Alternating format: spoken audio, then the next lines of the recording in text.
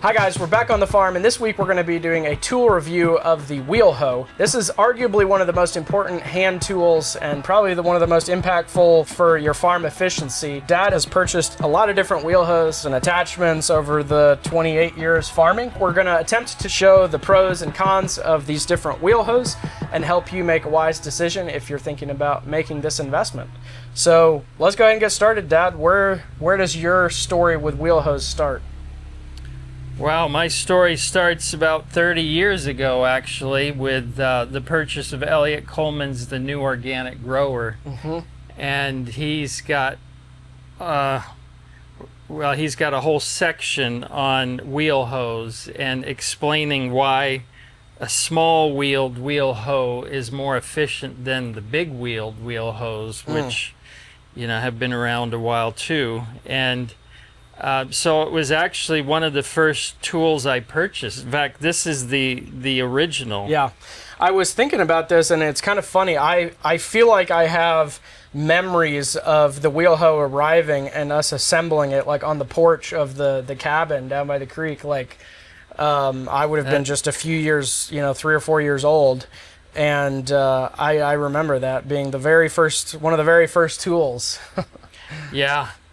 And I've loved it ever since. It's one of my favorite tools to use. I can just, when you get into the rhythm, you could go for hours, and it's amazing. And so this was my first one. This is called Real, but I think Real was bought out by Glaser. Which is they were both Swiss companies, and so now it's the Glaser wheel hoe that Johnny sells, and I've loved it. I still love it, but over the years, and we'll come back, to talk about some of the shortcomings of it. But we're a teaching farm here in that we have interns and we have classes and stuff. And so I wanted to get a variety of wheel hoes to compare them. And so we did end up quite a few years ago getting a Haas wheel hoe. And then just a few years ago, we got a Valley Oak wheel hoe. And I just want to say up front, because I think this is important since you now own the company, I bought my first Valley Oak before Farmer's Friend had purchased the company. There's evidence of it right here. In fact, I think that... Paid full price for it. That's right. Well, and that was a contributing factor for us when we decided to go forward with that acquisition of Valley Oak. They were going out of business. Mr. Grau was retiring, and so we wanted to continue on the legacy with this product. So I hadn't made the decision to finalize that until after you bought it and was like, wow, this is really a great tool. So that I guess we just kind of give the punchline is that this is kind of at the top of the list now, right? Yeah. And I just want to say, I think there's 2 more wheel hoes that I know of in the running. I feel like all 3 of these have been around a long time. Yeah. I'm going to say at least 30 years for all of these. Yeah. Probably quite a bit longer. But JM has recently come out with one, which I've only seen in pictures. I haven't had... So what's the company? Growers and Co.? Growers and Co. Yeah, it's a tool company. Yep. Yeah. So I guess it's not technically JM. But he's involved, or he's a part owner in the company, is my understanding. So, yeah. So that one I've only, like I say, only seen pictures, and so I can't say too much about that. The other one that Johnny sells is TerraTech, but I feel like TerraTech is kind of in a separate category. It's kind of more a specialized tool where they have a lot of accessories for it, but they're very expensive accessories and they're for very specific jobs. Yeah. I would say these are the workhorses and that's kind of a specialty tool. They do have a lot of accessories for different finger cultivation and disc hilling, and I don't know, lots and lots of different attachments. But it's a solid contender for sure. So yeah, if you know nothing about it, basically, and unfortunately we were kind of pushed inside by a rainstorm here. We were going to demonstrate it in the field, which is now too muddy, but basically it's a much faster way to cultivate than any kind of hand tool. And so you've got this wheel and you're just going along doing this kind of thing usually, and it's just super fast, super efficient, a great, I tell people this is cheaper than a year gym membership, you know, and you're getting a full body workout and getting rid of your weeds at the same time. So for this Glaser platform, you have hundreds, if not thousands, of hours with this tool. What are the biggest pros of the Glaser and the cons that you've experienced over the years? Well, I love the wooden handles. I just love the feel of wood. But at the same time, it's a bit of a love-hate relationship because wood takes maintenance. And as you can see, we've fallen down a little on the maintenance, the oiling, but you need to be oiling these handles regularly. So that's a drawback. I mean, I love the feel of wood, but the maintenance. And then the other thing that I have found is that with the wooden handles, it's very hard to keep these bolts tight. They just want to loosen up on you. And so, although I still love the Glaser wheel hoe, the things that I was discontent about it is, number one, it requires tools. And, they do send you a tool kit with your Glaser wheel hoe, but there's nowhere to attach this onto the tool. And so this is back in the barn and you're out in the field and something loosens up and it's a pain. So we tried over the years to come up with our own, screw down handles and stuff. And we never came up with something that we were really excited about. So that to me is a big downside. So the wooden handles are a mixed review, a plus and a minus. The fact that you've got to adjust it with tools is an issue. I also have come to recognize that having two adjustment points just complicates things, because so this adjusts the height of the wheel, so basically how deep this goes. Yep. And then of course this adjusts the height of the handles, which really need to be adjusted for each person who uses it. And I just want to emphasize that, because if you don't have the handles at the right height, it will feel like a lot of work. Okay. But as soon as you get the handles at the right height, it's like you're in the zone, and it feels like you could go forever. We'll have to show you adjusting it to the right height so people can visualize what that looks like. Yeah, we'll do that on that one. Okay. Not on this one. It's too much work.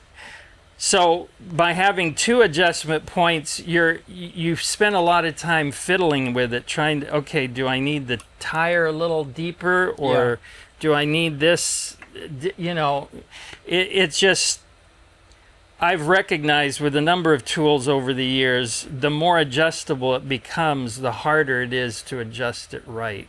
Yeah. That's my take on it. I think that's well said.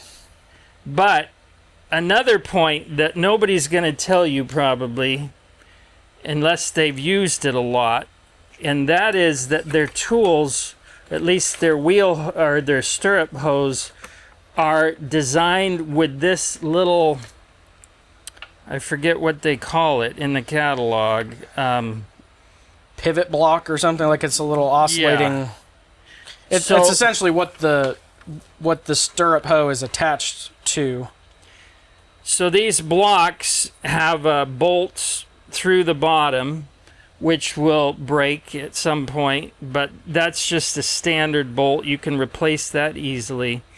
But then at the top, they have, I guess you call that a stud, right? Yeah, a threaded stud. A threaded stud that you're not going to find at any standard hardware store, I don't think. I mean, it's going to be hard to source, I would think. Yeah. So what happens is this stud shears off, and then you're left with a block that is useless. And I mean, I know you can drill those out, I guess, if you have the right tools. It's tricky, but yeah, you could drill into it and reverse drill it out. But I mean, look at this. These 28 years of broken parts. In Johnny's, this little thing right here is $55.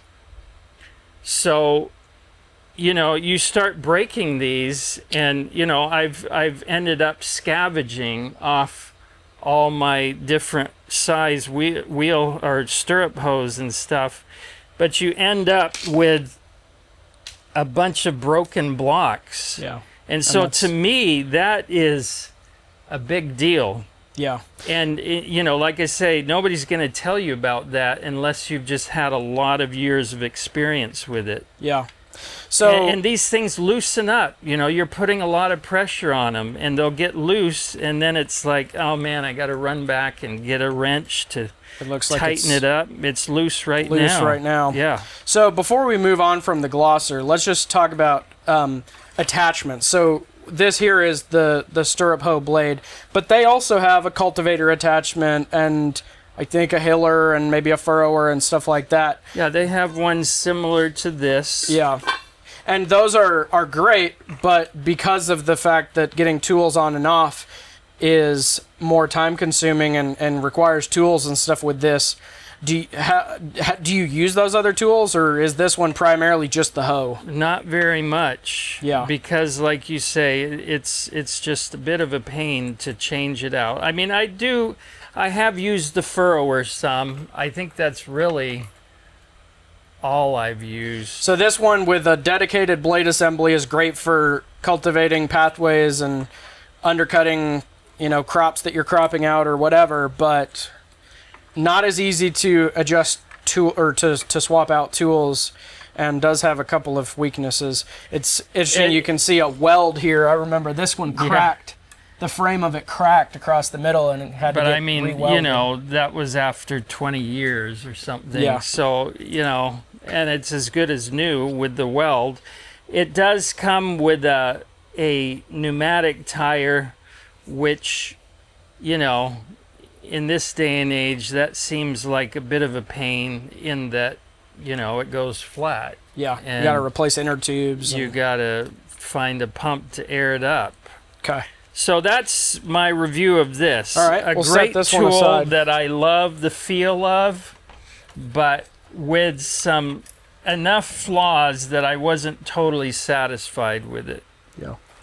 And I will say, I think that there's something to be said for a platform and a design that's just so good that that you don't need to improve upon it. But I think when there is flaws like this, it's unfortunate from my perspective to see a product that's gone decades with no improvements to the design, Surely you're not the only one experiencing those issues. Yeah. So I don't exactly understand. It'd be interesting to hear from others. Yeah, maybe people will drop in the comments too. They've experienced similar things, but I don't exactly understand why, you wouldn't address those things and change the design, other than the fact that it's expensive to change your design when you're in manufacturing. So, like I said, we did get a Haas wheel hoe. I don't know, it's probably been 15 years now. Very similar to the Yeah, very similar Glaser. platform, but I just want to be careful what I say. I would say, let me just say this. I don't feel like it's built heavy duty enough for market gardening. For a home garden, you might use it a lot of years and be content with it. But you just look at the size of all the hardware. It's much smaller than the Glaser wheel hoe. And we had our blade break, and I'm trying to it was the design of the swivel, the way the blade swiveled. Mm-hmm. It broke. We got another one, and it broke, and we realized that it just wasn't built to handle, heavy duty market gardening. We should say the soil around Bountiful Blessings Farm is not the most forgiving. Lots of clay and rocks. Yeah, in the pathways and stuff. I mean, I'm sure it's gotten a lot better over the years, but I mean, I remember it's not Midwestern soil for sure. These things have gotten some abuse. Now, we probably shouldn't get into naming specific prices, but it is worth mentioning. I think the Glaser is in the 500 range. I don't even 400 know. range. I don't even know. We'll just say it's one of the higher priced ones. The Glaser is probably the lowest priced. So you're saying the Haas. Sorry, the Haas. Glaser's more expensive. The Haas is one of the lowest cost ones, and I don't remember what exactly they charge, but it is significantly less expensive than some of these other options. Yeah, which is why people go for it. Yeah, if you are on a budget and you maybe don't feel like you need the most robust option, it probably is a pretty good option. But if you have sandy soil, this one is still going to have pretty much the same downsides, I suppose, as the Glaser, as far as wooden handles, loosening up, and then not being toolless attachment for the accessories. Now, this does, I think, come with a metal wheel, which some could see as an advantage, because you have no tire to blow out. But from using both metal, both on the Valley Oak and this, and rubber, I definitely would go for the rubber. The wheel hoe for the Haas, the wheel for the Haas, my assessment is it didn't have enough spokes, and so it would you'd get flat spots. It actually got bent. It wasn't round. Okay. Now, one of the things I am noticing with this, which I don't personally have much experience with the Haas, but you mentioned the importance of being able to adjust handles there. It looks like this one has very little, if any, handle adjustment or wheel height adjustment. So this one is it completely fixed, or does it have slight amount of adjustment? There's a slight amount of adjustment, but it's very small. Very little adjustability to the Glaser. So that's something to mention as well, if that is a real priority. And the last thing I would mention, last I knew, they offered two styles of handles. This is the pistol grip style, and then they have kind of a plow handle, plow handle, just bent style. We actually, when we got this, we were so used to this, and whether it was just comparing it to this or whether it was just kind of a design flaw, we ended up recutting these handles based on this one. Okay. Because they didn't seem to fit our hands right.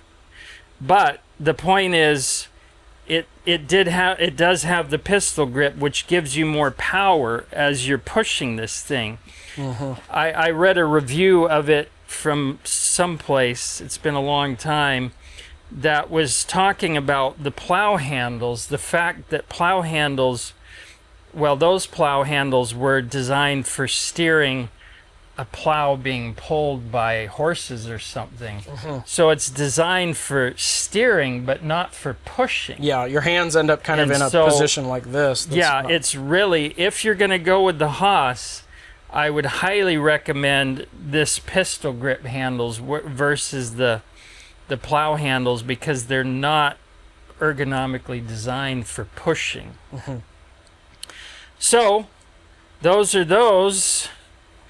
And then I had been aware of the Valley Oak wheel hoe for years, and I had tried one once just briefly and was not over impressed at the moment, so but I was always intrigued by the toolless design, because of the challenges with these. So when I had an opportunity, someone actually brought one to the farm, and I had more time to actually use it, I started getting more and more excited about it, because just having the toolless handle adjustment is huge, because we've got a lot of people using our wheel hose. And so to be able to get it at just the right height, and this is what Elliot says is the right height, with your elbows or your arms like at a 90-degree angle. parallel with the ground, Yeah. roughly. So it's a simple twist of the handle here to get it adjusted right. To me, that's huge. And then the second thing, of course, is the toolless taking on and off of the tools. So you've got this bar, and you've got 2 holes in your stirrup hoe, and then 2 holes in this bar, so you can have 1, 2, 3, I guess 4, technically 4 different positions for this. What I've discovered is moving the stirrup hoe on this does the same thing as adjusting the wheel on these. Yeah. So farther back allows you to go deeper, farther forward, shallower. Right. But it's just a lot simpler to do it this way than to do it that way. Yeah. So that's huge. And To me, those 2 things are can we say game changers? I mean, it's I know that's JM's term. I don't want to steal that from him, but is that his term? I feel like that's used everywhere. oh, okay. Feels like it's almost overly used, but I'll accept it in this case. No, they're really, let's just say, big quality of life improvements. Oh, yeah, you might not think it's a big deal, but when you're doing a lot of wheel hoeing, it is a big deal. The metal handles took a little bit of getting used to, because it's just a little different angle of holding it and stuff. But I will say, I love the fact that I don't have to oil them. Yep. And if it gets left out in the garden, it's not gonna ruin the handle or anything. This first one, again, came with a metal wheel. I felt like the metal wheel held mud a lot more than the rubber ones. So that was one thing, and it just made noise as you were using it. Yeah, kind of Just clanky. kind of I definitely like the upgrade to the rubber wheels, and these are what do you call them? Flat free. They're solid, so there's no air. So there's a lot of things to like about this. It's shorter than the Glaser, or probably the Haas, which I could see there might be some places where that's a disadvantage, but I see it as a big advantage in tight spaces in a greenhouse. Yeah, what else? And there's different accessories. So the cultivator, the three prong cultivator is probably one that might get used the most. But you have the furrower and the hiller, and with it being a toolless, easy to exchange tools, probably you're more likely to actually use the other tools, I would guess. Oh, okay, yes, you're right. And yeah, well, we'll just finish with that conversation, but I just remembered something else that's huge. This has been redesigned. You all redesigned this, right? Yes. And I love the redesign because it's the tines are wide enough that it doesn't clog up. And so this is great for mixing in amendments to the top few inches of soil surface. This is great for any time you need a furrow for whatever, potatoes or whatever. This one is one that I wasn't sure if we would really use, but we actually have used it a fair bit. We just used it yesterday. We're doing some solarization in a greenhouse, and so we used it to make a trench to put the edge in, because you're supposed to seal up the edge. And then just came back the other way and covered it back over. Okay. So that was cool.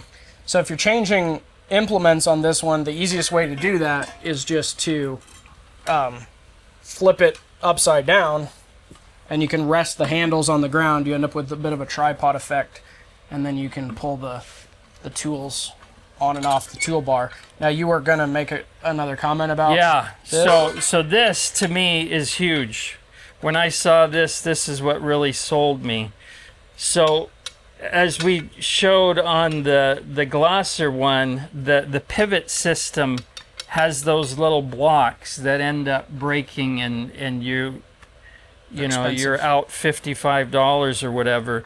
This pivot system has 2 bolts that can be bought at any hardware store. So to me, that's a big deal. If it breaks, we haven't broken any yet. I'm trying to think how long we've had these. It's got to be going on 3 years, huh? Yeah, this one, I think definitely 3 years at least. Now, I will say we don't wheel hoe as much as we used to, because we're using a lot more landscape fabric. So, it's hard to give a long-term review, but I can say that nothing has broken yet on these. Well, the other thing I can say is that, we took over the Valley Oak Tool Company and started manufacturing these here in Tennessee. I guess it's been about 1.5 years ago, and David had been selling these for 30-something years, and so there's a lot of them out there. There's a lot of track record with the product, but we get almost no requests for like replacement parts and stuff. So even with there being that many out there, they really don't. They must be very durable, because we get very few requests for any kind of replacement parts. You're going to replace your blade every few years. That's inevitable. That's a given. But other than that, I think it's a very robust design. So it has become our favorite. These others still hang on the wall, but the interns, I'm not sure the interns have ever used any of them, because they just go for these. We've got 2 of these now. The one upgrade we have done is used one of these handles for adjusting the T-handle? Yeah, the T-handle that adjusts the handle. We put it on this down here, which, maybe if you decided to go to those for all of them, you'd probably want to make it a little shorter. But that allows us to adjust side to side on the fly. Which is worth mentioning that neither of these other options have any side-to-side handle adjustment. And Yeah, I Do mean, they? the Glaser comes with special brackets. Oh yes, I remember that. So, But you have to take the handles off, put the brackets on, remount the handles to the bracket. So like you're never gonna do that. no, you aren't. So we have 3 Glasers actually. And back when we were using them more, we had one set up with the brackets. Okay. For doing the middle of beds and stuff. But yeah, you're never gonna take them on and off. Yeah. And I will say that from my experience using the tool, it is an ergonomic improvement if you do just slight, you don't even have to do as much as you might think, but just a slight offset when you're working in the bed so you can walk in your pathway and be slightly offset. It seems like it is a definite ergonomic improvement, being able to adjust off to the side. So If your weeds are big or your soil's really hard, then you're going to be doing this kind of thing. And the idea is that as you're walking, the force of your walking plus the force of pushing gives you a lot more kind of leaning into it as you yeah walk forward. yeah and that works well. It kind of helps the tool to stay unclogged and stuff. But if your soil's good and your weeds are small, there's no need for that back and forth. You can just kind of literally walk along like this, or run if you want. All right, I hope you guys have found this video beneficial. If you're in the market for a wheel hoe, this gives you some great information to compare the different models that are on the market. And I hope that the conflict of interest with my company, Farmer's Friend, manufacturing and selling the Valley Oak wheel hoe version is not a turn off to people. Hopefully you guys have seen that we've really tried to focus on the real features and pros and cons of the different options. Dad is not paid a royalty on these, so it's an honest, it truly is an honest bit of feedback. And again, they started using this wheel hoe before we acquired the company, so there's history there. It was part of the reason that I made the decision to acquire them as they were shutting down. I was encouraging it. Strongly. Dad was encouraging it, so it was a good, beneficial for all of us, and happy to continue the legacy of the Valley Oak wheel hoe. We believe it's a strong contender in the market, and if you have questions, drop them down in the comments. We'd be happy to answer those. And if you're interested in purchasing this product, you can reach out to us at farmersfriend.com. Until next time, happy growing.